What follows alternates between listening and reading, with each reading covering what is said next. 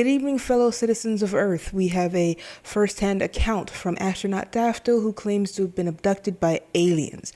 Now, the aliens that she claimed took her have already been discredited by the Air Force and NASA. They say these claims are a latent sign of PTSD brought on by re-injury.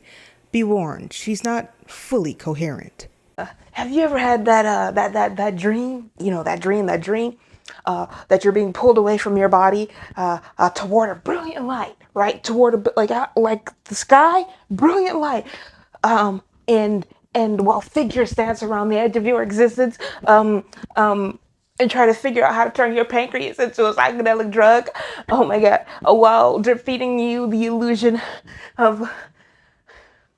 While drip feeding you the illusion of a horse fucking a shark sideways on a Tuesday. While you piss your underwear in front of your high school class. No? Well, get ready for that because they're here. They're lying. Well, it appears that that's all the time Daphtil has for us. She's being taken care of by the military, who would like us to reassure firmly there are no aliens on Earth. I don't actually know what the aluminum foil is for, but, you know, all the people in the movies who've been in the know for eons all do this, so I'm not doing this. I would like to point out, though, that if the aliens are here and they traveled from their home galaxy to our home galaxy when the furthest we've ever really gone is the moon, I don't know how the aluminum foil is going to help.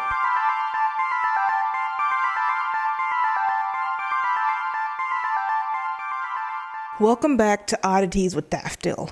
Not a permanent title. I may legit forget it after today, but Aliens with Daphtil sounds oddly harboring, so no, right?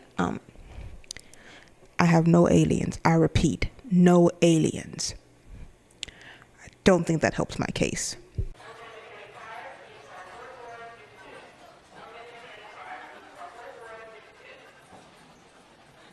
Alright, so a few weeks ago there was an announcement of sorts, or rather a whistleblowing, monumentally public televised event where 3 military vets testified before Congress to the government's harboring and concealment of aliens.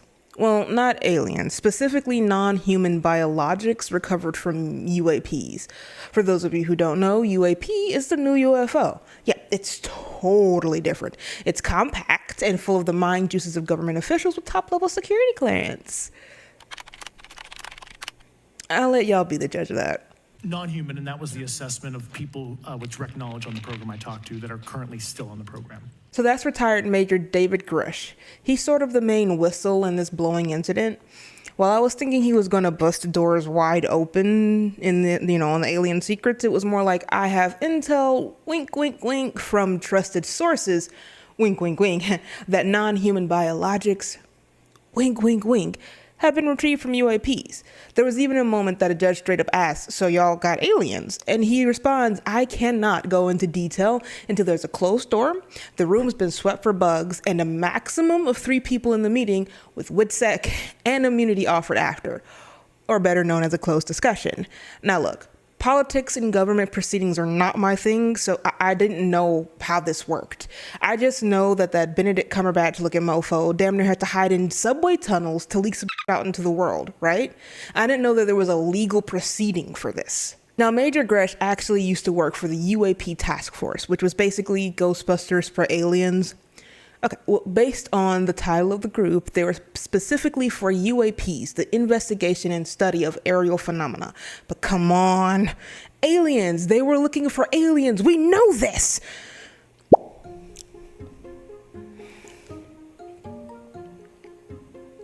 I've been informed that I've become a little too invested. I should take a step back. He mentions that he began to be denied access to locations where he knows UAPs exist.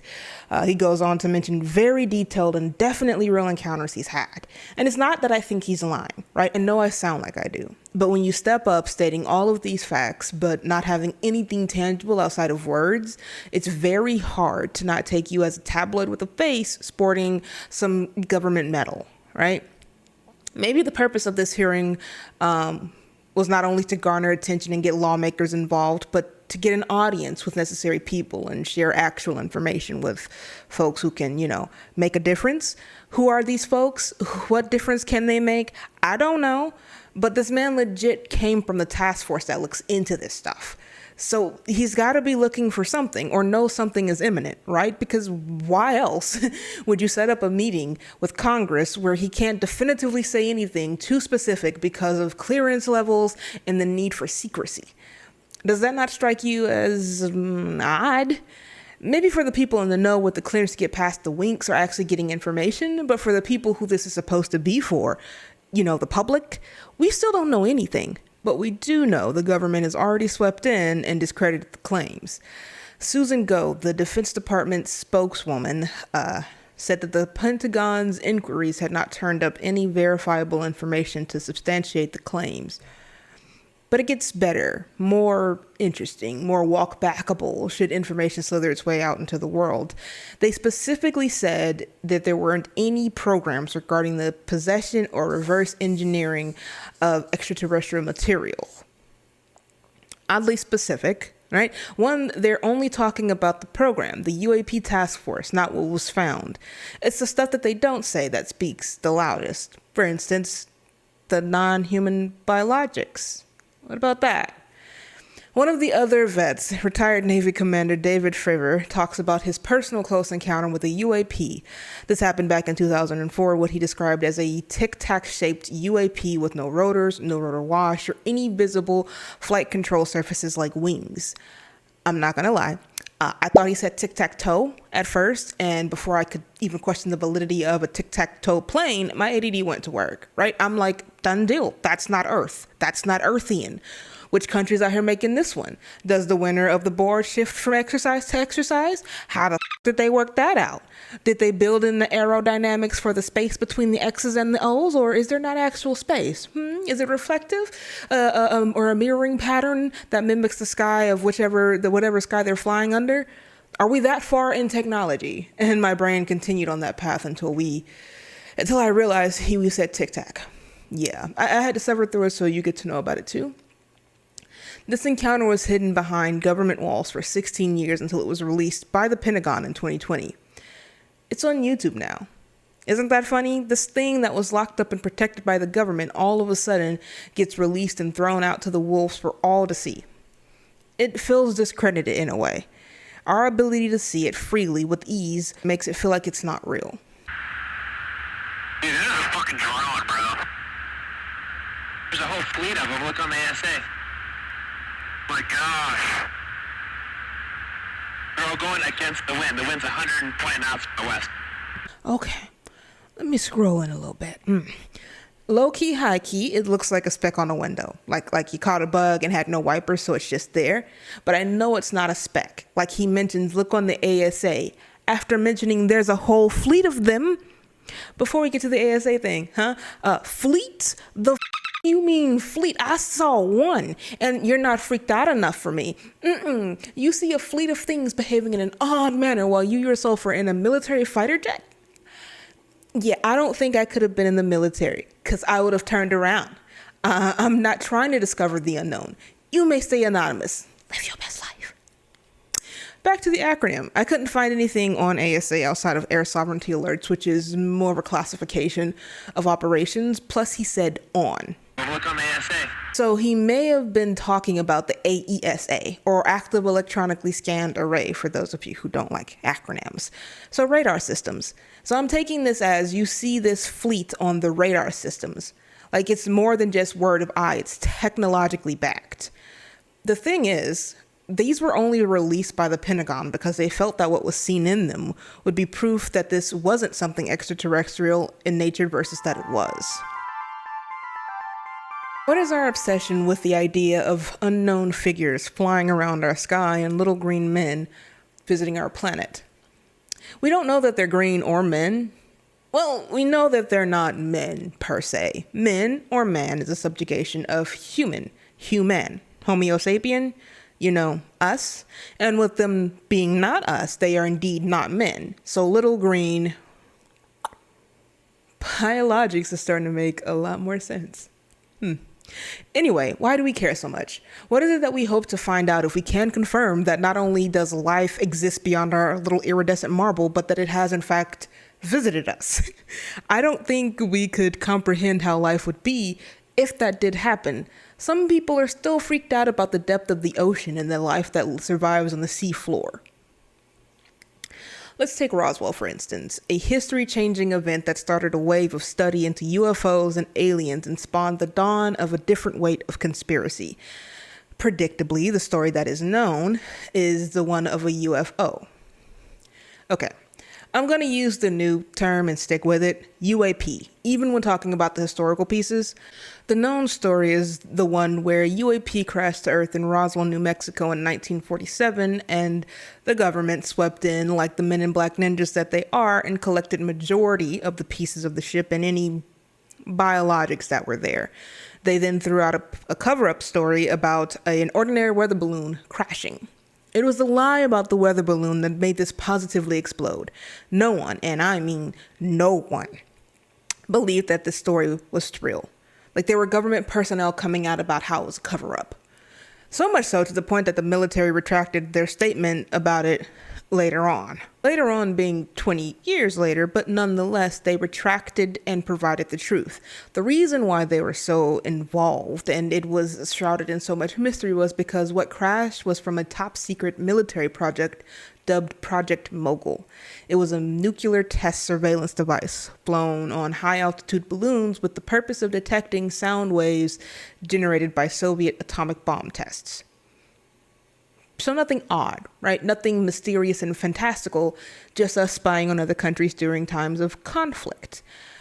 That is, if you believe the truth provided by the government. Who's to say that this isn't another cover-up layered with the illusion of reluctantly being forced to tell the truth for the sake of the public, right? I don't know if that's why they told the truth for the public's sake. I just know that our government doesn't share what it doesn't want to share without a motivation that has nothing to do with the purity of being honest. If we keep looking back into past events of an odd nature, there becomes a persistent theme. The involvement and seclusion of the government, usually via the military. For instance, the infamous Area 51, an Air Force base that ufologists, it's a real thing, look it up, and your run-of-the-mill conspiracy theorists fervently believe has non-human biologic and UAPs. There is still a lot of mystery around Area 51, as you need a certain level of security clearance to be allowed in, and you will be shot if you attempt to break in. Which, to be fair, I think is a military-based thing and not so much an Area 51, we gotta hide our aliens sort of thing. Located in Nevada, only a cool 780 miles away from Roswell, the Air Force Base has existed since 1955, but was only officially acknowledged by the government in 2013. To this day, it's said that it's only used for testing aircrafts. However, multiple people claim to have worked at Area 51 have stated and testified to the research and testing of UAPs. The thing that I find interesting is that the Roswell incident happened in 1947. Area 51 was opened in 1955.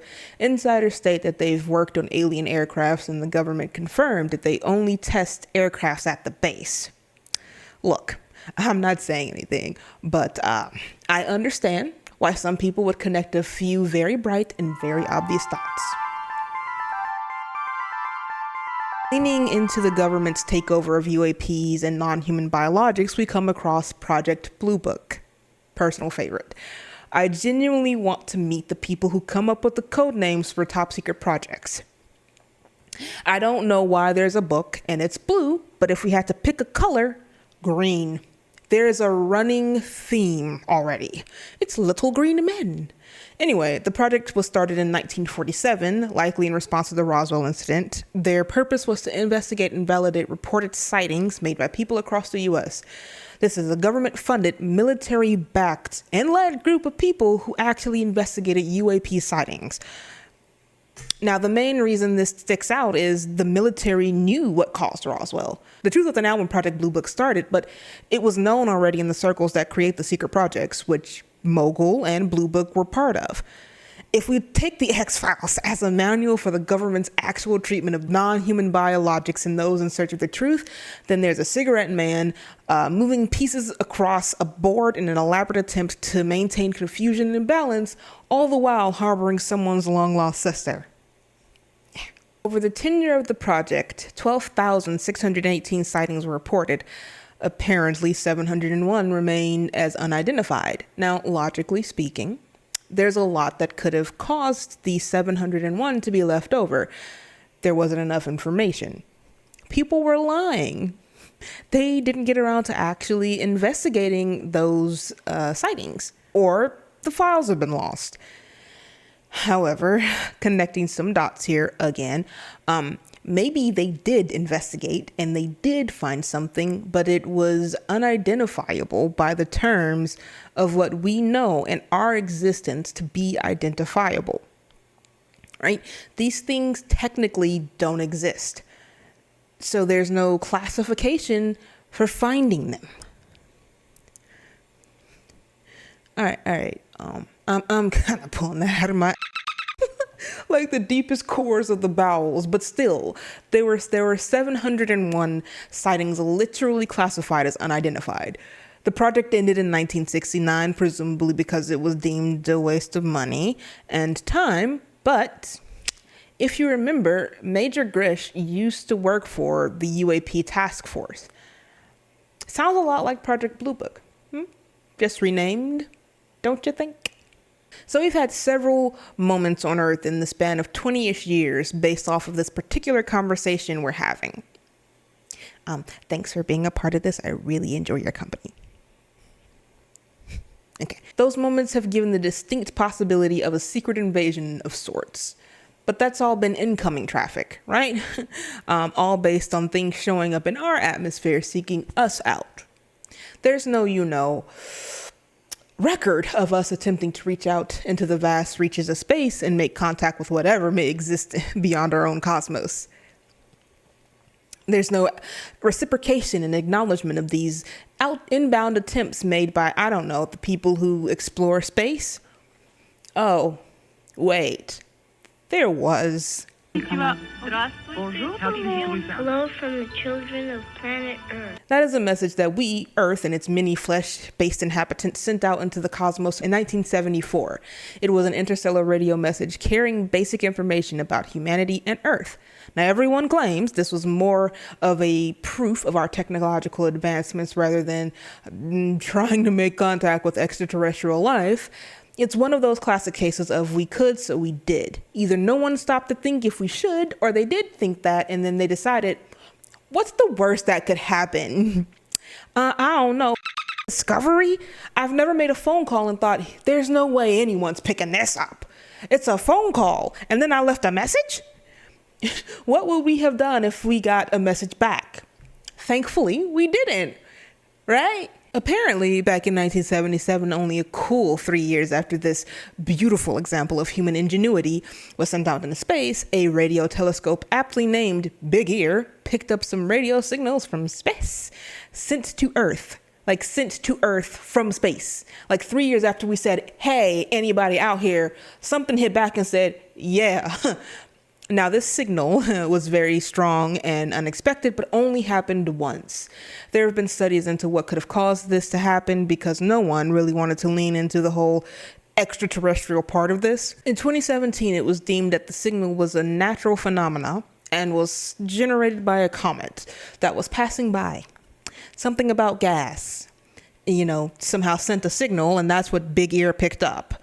By the by, Big Ear was decommissioned in 1998. The timeline for these particular events we've spoken of are interesting. Roswell kicks off some in 1947. Project Blue Book starts up in 1947. Area 51 opens in 1955. Project Blue Book ends in 1969. We send a message out to space in 1974. We get a message back, a signal in 1977. The Truth about Roswell comes out in 1994, and then Big Ear is fully decommissioned in 1998. That sequencing of events, all surrounding extraterrestrial activity, looks a smidge connected. But all of this is in history, right?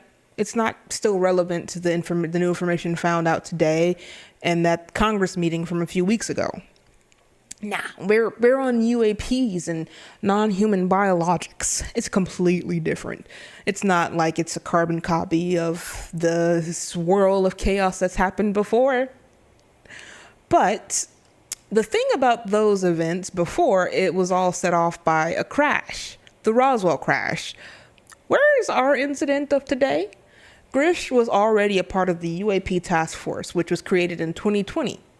Project Blue Book was created the same year as the Roswell incident.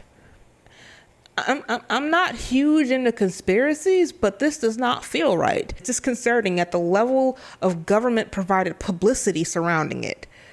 Despite this, the general consensus on Earth is, we don't give a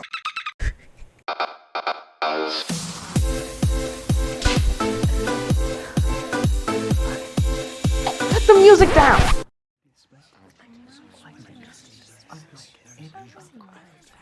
Y'all ain't here?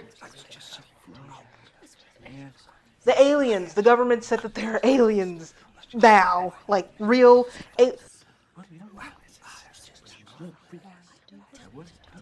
No, not him. Like real aliens, like legit aliens from outer space are here.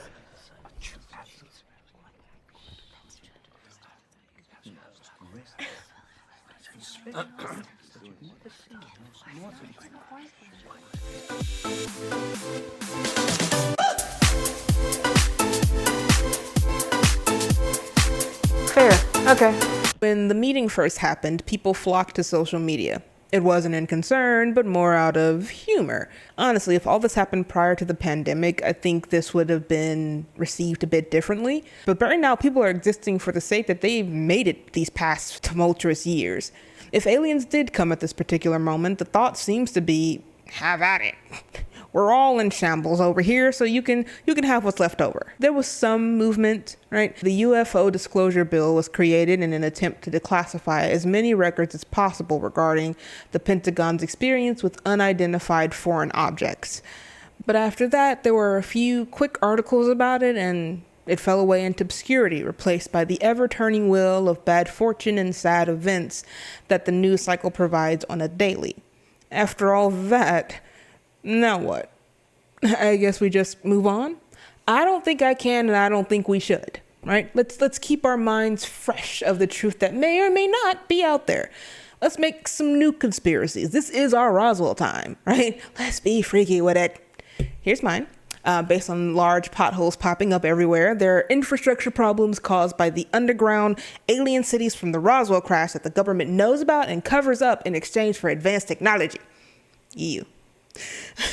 What's your theory? As always, thanks for hanging out with me. Do all the things, like, share, subscribe, and I'll see you guys in the next one. Ciao. By the by, if you try to plot a trip from Roswell, New Mexico to Area 51 or vice versa, it just doesn't appear. Do with that what you will.